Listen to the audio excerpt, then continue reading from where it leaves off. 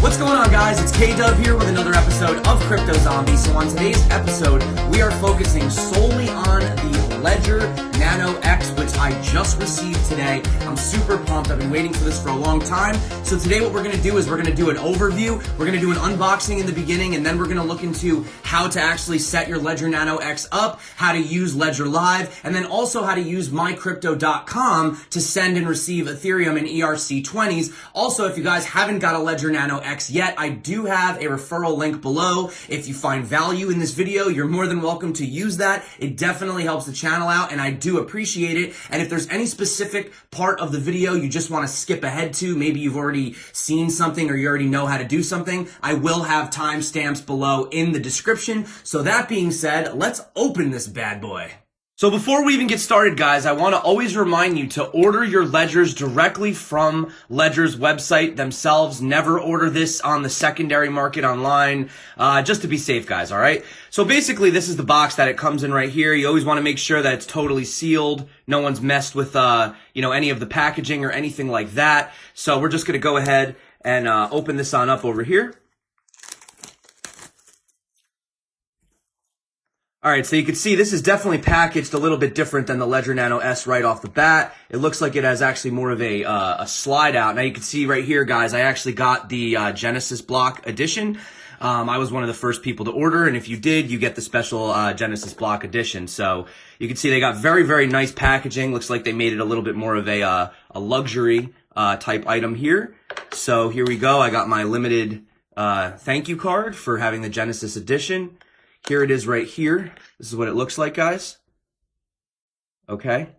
And then on the back, you can see I have my Genesis edition that I got, right? So if we open it up, we can see this is what it looks like right here. Obviously, it's a little heavier than the Ledger Nano S, a little bit more durable, right? So let's see what else is inside here. So if we open this up, nothing right there. So we have our contents. Oh, we have our cable. This is nice. This is actually a nice thick, look at this, braided cable. Look at that, guys. Very, very durable, okay? And then obviously we have our,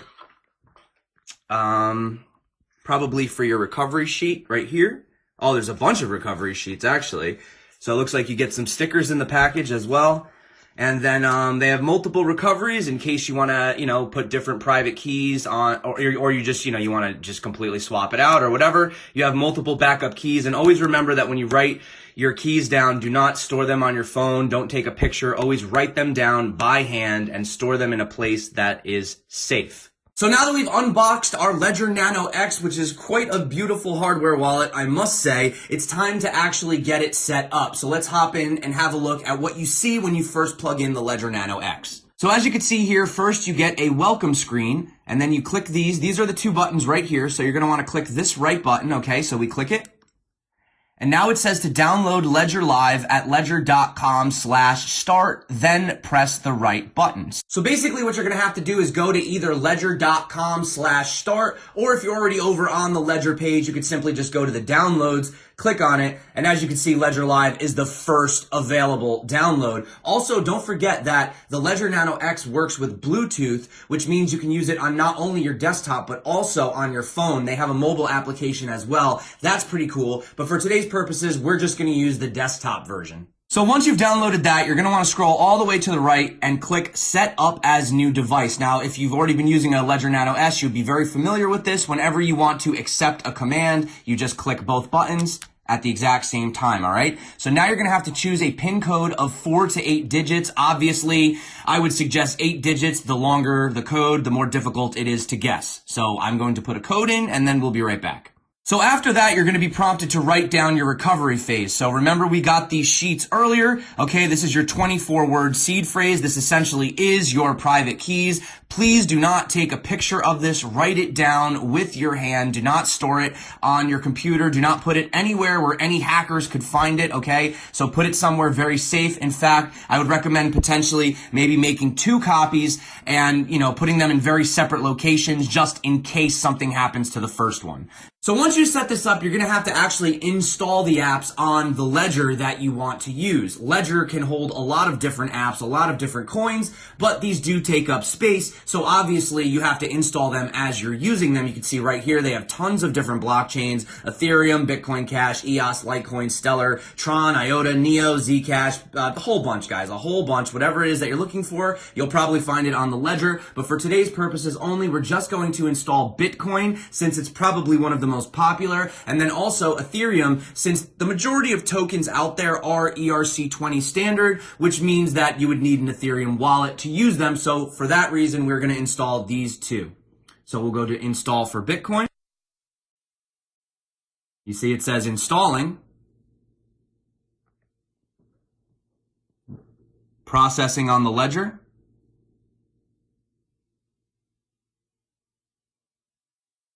And there you go. Now you can see that the Bitcoin symbol is now showing up, and it was not there before, okay?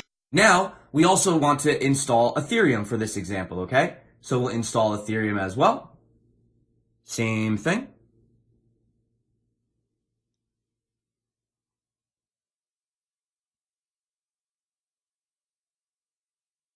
And it's processing again, and then there you go. Now you have Ethereum. Now, just for fun, say you wanted to add another token, just so you can kind of see what it would look like.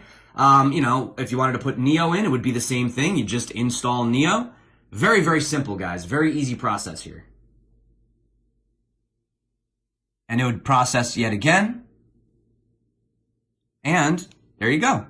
Now we have Neo. All right, so now let's figure out how to actually send some coins to these addresses.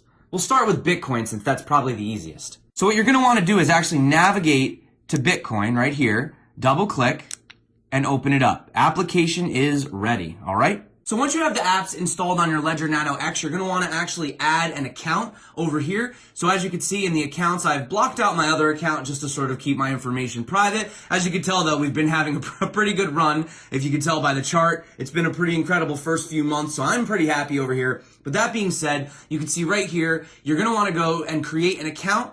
And I made this and I named it Bitcoin Ledger Nano X. So we're going to click on that. And it says no crypto assets yet. So obviously you're going to have to receive your first Bitcoin on this in order for it to show up. So essentially you're just going to go to receive, and then you know the rest. If you've ever sent any crypto at this point, you'll just get an address that you could send it to. And then once you get that, then you're going to have your entire portfolio showing up, and you can see it on the screen with all of your different coins. So remember, you're going to have to install the apps not only on your Ledger itself, but then also on your Ledger Live. But once you do, they will be synced with each other. So now you have to choose your wallet. Obviously you're using a Ledger, so we're going to go over here and click Ledger, and then we're going to click Connect to Ledger Wallet. However, it doesn't seem to be connecting. Why is that? Did you forget to log out of your Bitcoin account? Go back into your Ledger right here. You'll see. Go scroll down by tapping right, quit. Oh, look, we're in Bitcoin. Let's scroll over to Ethereum.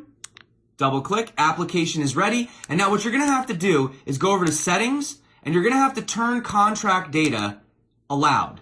Okay, you have to allow contract data and also display data as well. All right, so now that you have contract data and display data is allowed, we're going to go back over to here. And as you can see, we had a bit of a timeout. Let's try this again. Continue.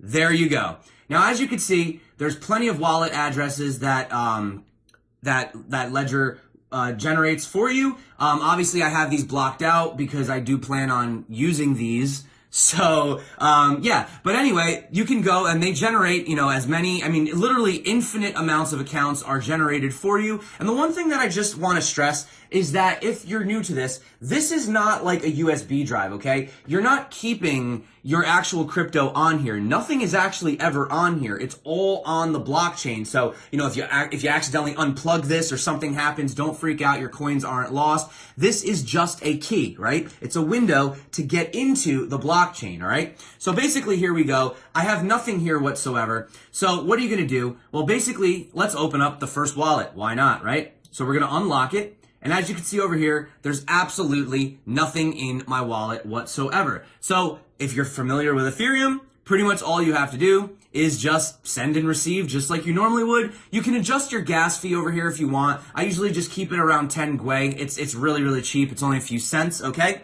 So this you would just treat like a normal Ethereum wallet, okay? So basically, long story short, the only difference between having the ledger and using just a mobile app or something like that is that when you go to send or receive right here, you can see currently we only have Ethereum, but if you wanted to receive it, here's the address above my head right here, which I obviously have blurred out again. And if you wanted to send it, you would just put the address in this field, and then you would type in, how much Ethereum you want to send. Obviously, I don't have any in the account right now. And if you had tokens, you would scroll down here, and you would actually have a list of all of your tokens. Now, the thing I want to let you know is you need a little bit of Ethereum in your account, or Ether in your account, if you want to send a token. You could receive a token, but if you're going to want to send a token, you're going to need a little bit of Ethereum. So I know that's a bit of a pain, all right? But basically, long story short, you have to send some Ethereum and hold it in your wallet in order to also be able to send ERC20 tokens. I know it's a little complicated, but that's what you have to do.